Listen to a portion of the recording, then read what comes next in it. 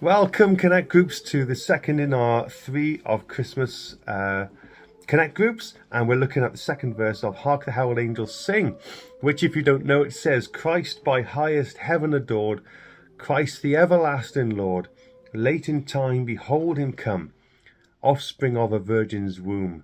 Veiled in flesh the Godhead see, hail the incarnate deity, pleased as man with man to dwell, Jesus our Emmanuel. It's a fantastic verse, my favourite verse.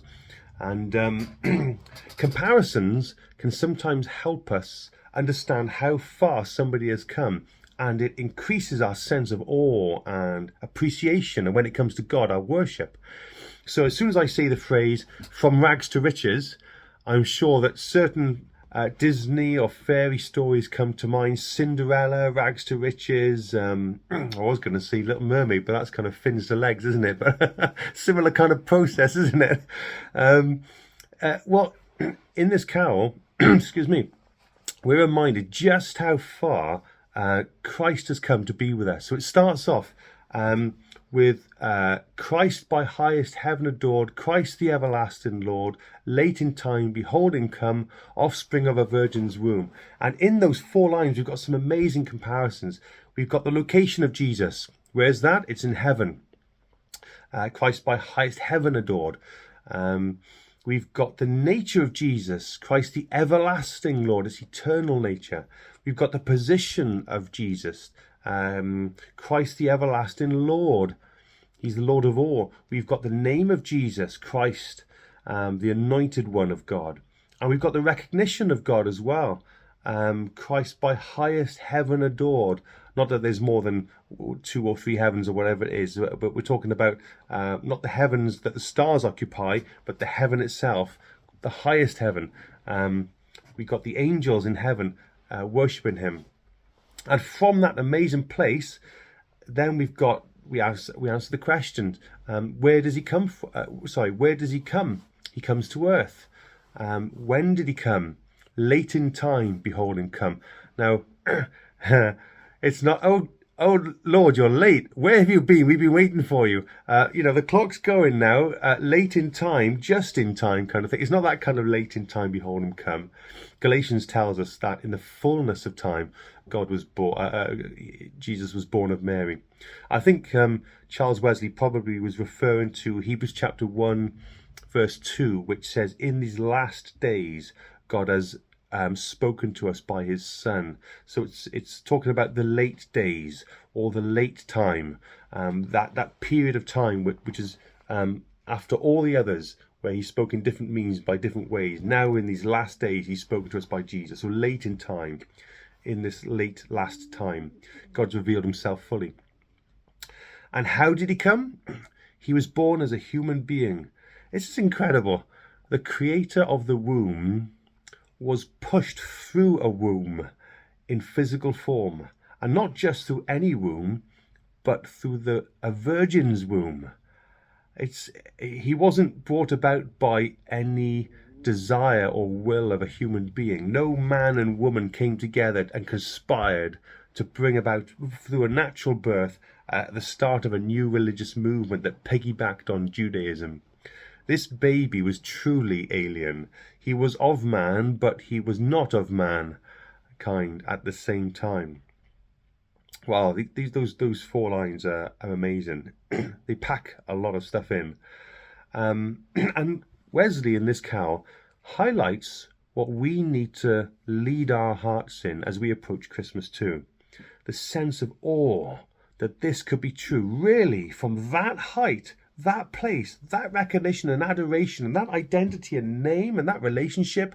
He's come all the way through a virgin's womb. Look at the lengths that Jesus has gone to. The great comparisons of Philippians 2 must surely be in mind when he's writing this. So let that encourage you as you hear that. Look at the lengths that God has gone to in order to meet us in our need.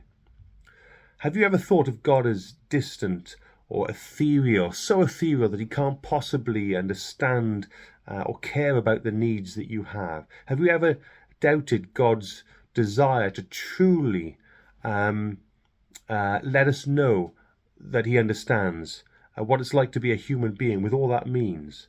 Well, if you've ever felt that, let those words, "Behold him come," impress itself upon your heart.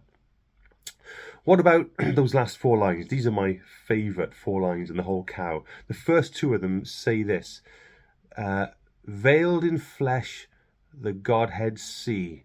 Hail the incarnate deity. That word veil, veiled in flesh, I think is a beautiful line. You know, it's still a tradition. The white wedding dress on the wedding day, the veil that's used by brides in weddings. Why do they do that? Well, I think it's to increase the sense that more is to be revealed, and that as the bride is coming down the aisle, there's a veil. You can see something of the beauty that's underneath, but it's not until the veil is removed by the husband, it's like, ta-da! I'm beautiful, and the husband gets to see the beauty that's been veiled, a hint of it behind there, but now there's the face that's spent a long time with all the makeup and all the rest of it. And I think the veil suggests that there's more underneath. And with Jesus' incarnation, his flesh is a veil. He's 100% human, but as you look at him, as you see him, as you watch him, as you hear him, there's more. And beneath the veil of flesh, the Godhead exists. Now, this identity is hidden, not because God is playing hide and seek, but because he wants to reveal it. Like the removing of a veil. And I think, well, as I think of that, I think of Peter and John and James, who walk up the mountain of transfiguration with him. And they get to see something of what's behind the flesh, the Godhead see. And Wesley very cleverly writes this kind of proclamation after this truth. Do you remember? I don't know if you're a royalist or if you just watched the crowning of Prince Charles becoming King Charles and all the religious paraphernalia and process that he went through. When he was presented to the nation and to everyone there in the cathedral, people shouted, "Long live the king! Long live King Charles!" And he stood there in his royal robes and manifested something other than the normal. And Charles Wesley writes in this, he says, "Veiled in flesh, the Godhead see." And then he makes this proclamation that we join in with, "Hail the incarnate deity." It's a great theological, profound statement and proclamation. Well, the last 2 lines, apart from the chorus, which we looked at last week, "Hark the herald angels sing," "Glory to the newborn King," is this: pleased as man, with man to dwell, Jesus our Emmanuel. And I'm sure you know Emmanuel meaning God with us. Now, I don't know if you're a Star Wars fan. In the world of Star Wars, there is a specific date in the calendar. It's the 4th of May, but they change around the American way, May the 4th. Because there's this phrase, "May the Force be with you," and of course, May the 4th be with you. Ah, we're clever.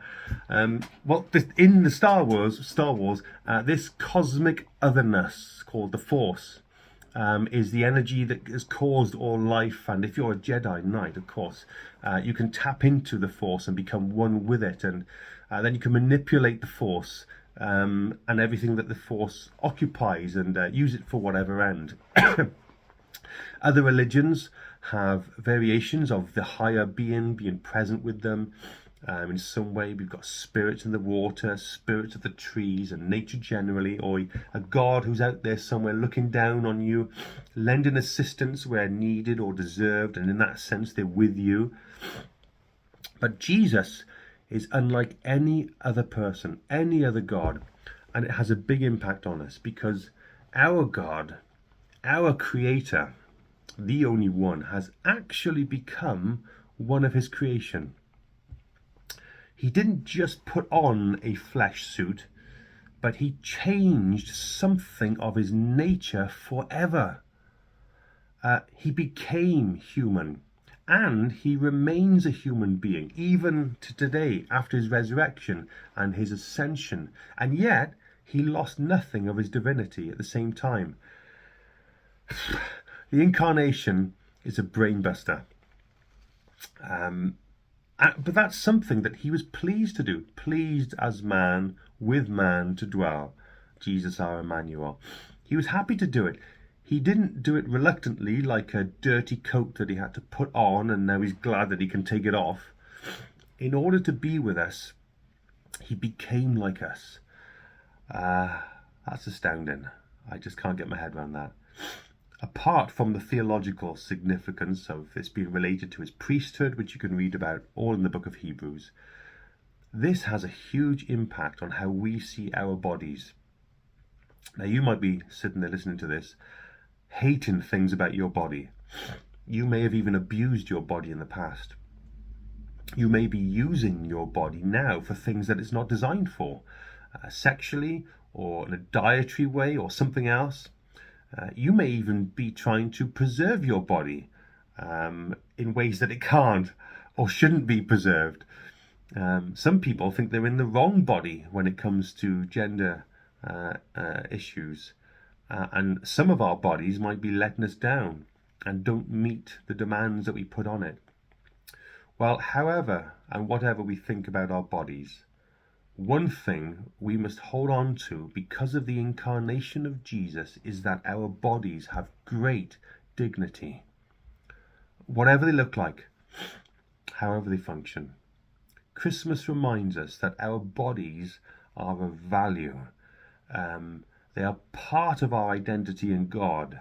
And they are fallen and subject to the effects of sin, yes, but they have a design. They have a purpose. They have a future. They have a place in God's plans to build his kingdom here on earth, now and in the age to come. Our bodies display something of the glory of God, just as Jesus' body displayed the glory of God. And that might help some of you and encourage some of you and challenge some of you in how we see and use our bodies, certainly over the Christmas period as well. Well, there's verse 2. What a beautiful, theologically packed out verse of a great carol, which sometimes we sing and skim over, but listen to the words again. Christ, by highest heaven adored, Christ, the everlasting Lord, late in time, behold him come, offspring of a virgin's womb, veiled in flesh, the Godhead see. Hail the incarnate deity, pleased as man, with man to dwell. Jesus our Emmanuel. He's a good God, isn't he? He's the best. Well, bless you as you chat, as you pray, as you prepare for Christmas, and hopefully see you Sunday. Bye.